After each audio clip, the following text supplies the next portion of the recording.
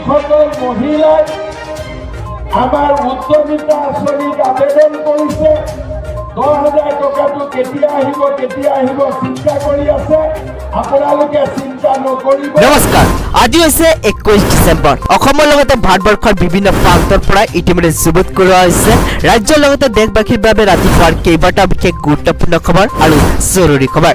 আজিৰ আমাৰ প্ৰথমটো খবৰ হৈছে ৰাজ্যৰ লগতে দেশবাসীৰ বাবে এক বিশেষ গুৰুত্বপূৰ্ণ খবৰ। হয়, বিদ্যুৎ চুৰিত নামিল এইবাৰ সাংসদ জিয়াউৰ ৰহমানক 1.91 কোটিৰ জৰিমনা। সাংসদৰ বাসগৃহত বিদ্যুৎ চুৰিৰ গুৰুত্বৰ অভিযোগ। সাংসদ জিয়াউৰ ৰহমানে ভৰিব লাগিব 1.91 কোটি টকাৰ জৰিমনা। বিদ্যুৎ বিভাগে ঘৰত তালাচী চলাই পোহৰলৈ আনিছে এই ঘটনা। বিদ্যুৎ বিভাগে এই সন্দৰ্ভত আৰক্ষীৰ ওচৰত দাখিল কৰিছে অভিযোগ। 2003 ধাৰা 135 বিদ্যুৎ চুৰি বা বিদ্যুৎৰ অনুমোদিত ব্যৱহাৰৰ অধীনত গোচৰ ৰুজু কৰা হৈছে উত্তৰ প্ৰদেশৰ সমাজবাদী পাৰ্টিৰ সাংসদ জিয়াউৰ ৰহমান। পৰৱৰ্তী খবৰটো হৈছে ৰাজ্যৰ লগতে দেশবাসীৰ বাবে আন এক বিশেষ গুৰুত্বপূৰ্ণ খবৰ। হয়, প্ৰদেশ কংগ্ৰেছৰ সভাপতি ভূপেন বৰাক আটক। কংগ্ৰেছ দলৰ আন কেইবাজন নেতাক আটক আৰক্ষীৰ নিৰাপত্তাৰক্ষীৰ বেহুফালি জনতা ভৱনলৈ যোৱাৰ চেষ্টা কংগ্ৰেছৰ। দীৰ্ঘ সময় ভূপেন বৰাক ঘৰতে আবদ্ধ কৰি ৰাখিছিল আৰক্ষীয়ে। ঘৰৰ পৰা ওলাই ভূপেন বৰাৰ নেতৃত্বত সমদল ওলাইছিল জনতা ভৱনলৈ। হাতীগাঁও থানাৰ সন্মুখত পূৰ্বৰে পৰা সাজু হৈ আছিল আৰক্ষী বাহিনী।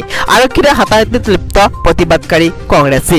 আৰক্ষী আয়ুক্তৰ সৈতেও হাতাহাতিত লিপ্ত কংগ্ৰেছ নেতা কৰ্মীসকল। ভূপেন বৰাক আটক কৰি লৈ যোৱা হৈছে আৰক্ষী আয়ুক্তৰ বাহিনীৰে। মীৰা বৰঠাকুৰকে ধৰি বহু কংগ্ৰেছী নেতা কৰ্মীক আটক কৰা হৈছে। হাতীগাঁও থানাৰ সন্মুখত প্ৰতিবাদ অব্যাহত কংগ্ৰেছীৰ।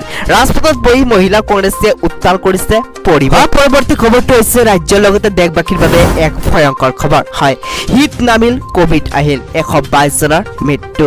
শীতৰ লগে লগে আৰম্ভ হ'ল কভিড। নতুনকৈ আহিছে কভিড ষ্ট্ৰেইন XEC।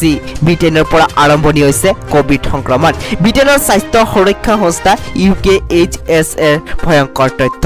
যোৱা 8 ডিচেম্বৰলৈকে 1081 জনৰ দেহত কভিড সংক্ৰমণ দেখা দিছে। বৰ্তমানলৈকে মৃত্যু হৈছে 122 জনৰ।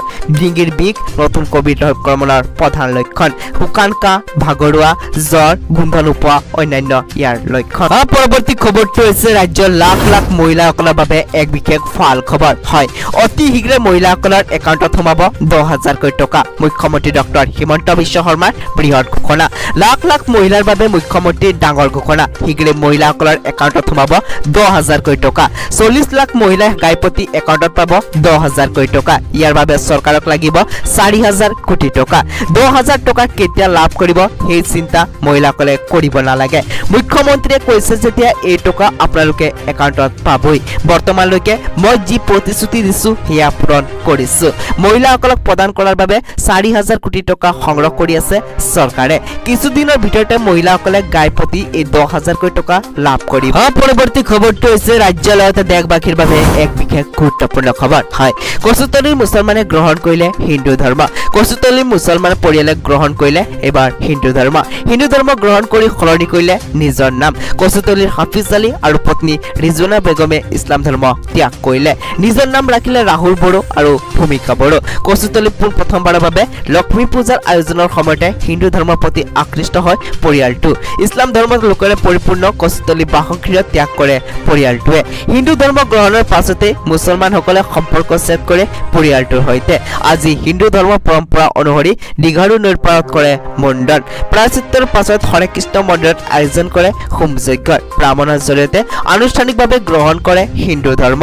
RSS, বজৰং দল, বিশ্ব হিন্দু পৰিষদৰ উপস্থিতিত গ্ৰহণ কৰে হিন্দু ধৰ্ম। পৰৱৰ্তী খবৰটো হৈছে ৰাজ্যৰ লাখ লাখ বিদ্যুৎ ব্যৱহাৰকাৰীসকলৰ বাবে এক বিশেষ গুৰুত্বপূৰ্ণ খবৰ আৰু এটা ভাল খবৰ। হয়, 7টা পদ্ধতিৰে লোক বিনামূলীয়া বিদ্যুৎ আৰু একাউণ্টত ধন।